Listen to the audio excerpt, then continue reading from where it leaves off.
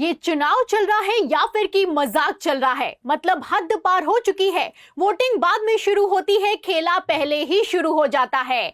आपको बता दें, उत्तर प्रदेश का मिल्कीपुर भारतीय जनता पार्टी के लिए नाक का सवाल बन चुका है। तो क्या इस नाक को बचाने के लिए भारतीय जनता पार्टी ने सारी हदें ही पार कर दी हैं?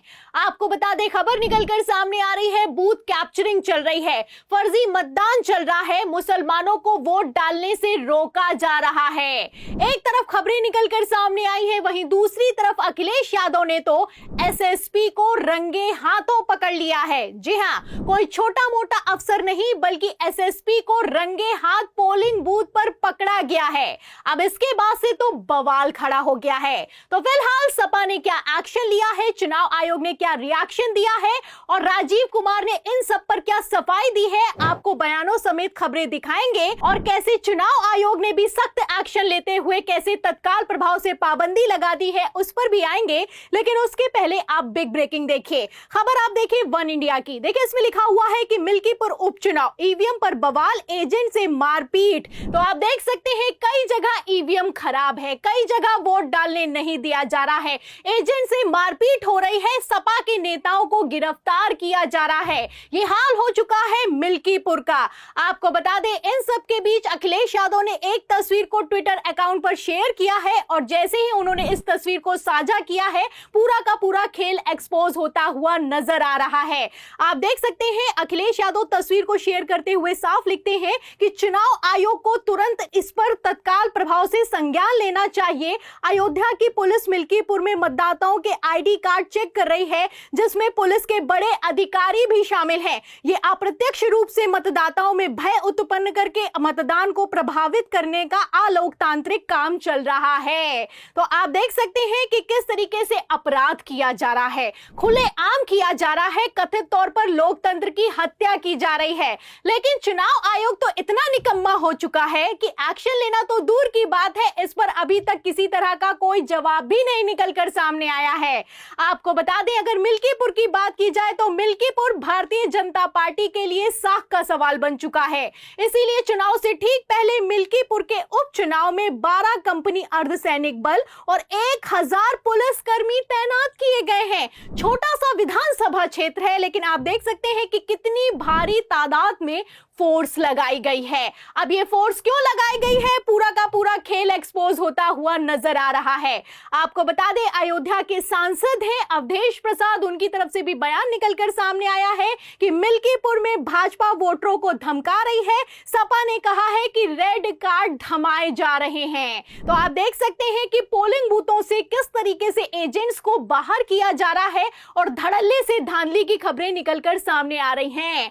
आलम तो यह हो चुका है कि लोकसभा चुनावों की तरह इस चुनाव में भी मुसलमानों को वोट डालने नहीं दिया जा रहा है। मुसलमान बेचारे इधर भाग रहे हैं, उधर भाग रहे हैं, अपना नाम खोज रहे हैं, लेकिन लिस्ट से उनका नाम ही काट दिया गया है।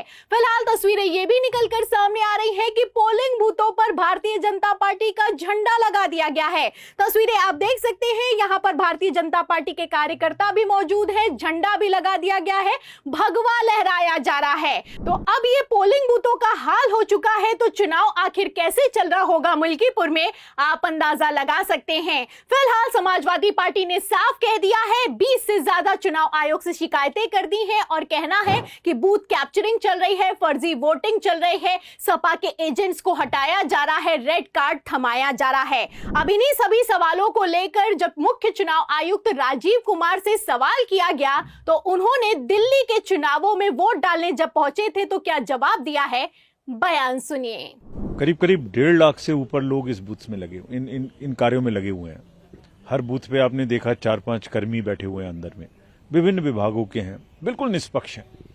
जितनी भी मेन स्ट्रेंथ यही है कि ये सब कर्मी अपने अलग अलग विभागों से आते हैं, रैंडमाइज होते हैं और बिल्कुल निष्पक्षता से काम करते हैं। ये मिलते ही पहली बार हैं, 3 दिन 2 दिन पहले। तो इनको मतलब बिल्कुल निष्पक्षता से काम करते हैं। तो सुना आपने, जब राजीव कुमार से सवाल किया गया है तो उन्होंने इतनी बार निष्पक्षता बोल दिया है कि इनकी निष्पक्षता पर ही सवाल खड़े होते हैं। कहना है कि अधिकारी अच्छे से काम कर रहे हैं, निष्पक्ष हैं। अब कितने निष्पक्ष हैं इसका अंदाजा आप इस बात से लगा सकते हैं कि पोलिंग बूथों पर ही भारतीय जनता पार्टी के नेताओं को अधिकारी बना दिया गया है। फिलहाल यहां पर मैं आपको बता दूं कि रिटायरमेंट के ठीक पहले राजीव कुमार का ये आखिरी चुनाव है और इस चुनाव में राजीव कुमार अपनी बेस्ट परफॉर्मेंस देना चाहते हैं।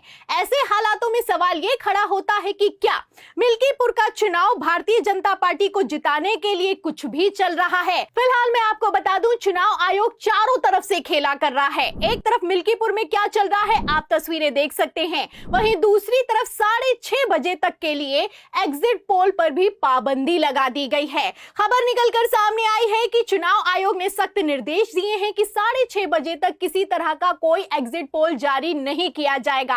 आप अच्छे से जानते हैं, अगर महाराष्ट्र की बात की जाए, हरियाणा की बात की जाए तो किस तरीके से गोदी मीडिया के एग्जिट पोल तक में भारतीय जनता पार्टी हार गई। ऐसे हालातों में चुनाव आयोग इस बार किसी तरह का कोई रिस्क नहीं लेना चाहता है। लेकिन यहां पर अगर मिल्कीपुर की बात की जाए तो यहां पर भारतीय जनता पार्टी चाहे अपनी जितनी भी ताकत लगा ले, बीजेपी का जीतना नामुमकिन दिखाई दे रहा है। आपको बता दें, सट्टा बाजार का सर्वे निकलकर सामने आया है जिसमें भारतीय जनता पार्टी का सुपड़ा साफ हो गया है। खबरें निकलकर सामने आ रही हैं कि बीजेपी की नाक कटने वाली है। जितनी बुरी तरीके से ये लोग अयोध्या हारे थे, उतनी ही बुरी तरीके से अयोध्या के अंडर आने वाला मिल्कीपुर हारने वाले हैं।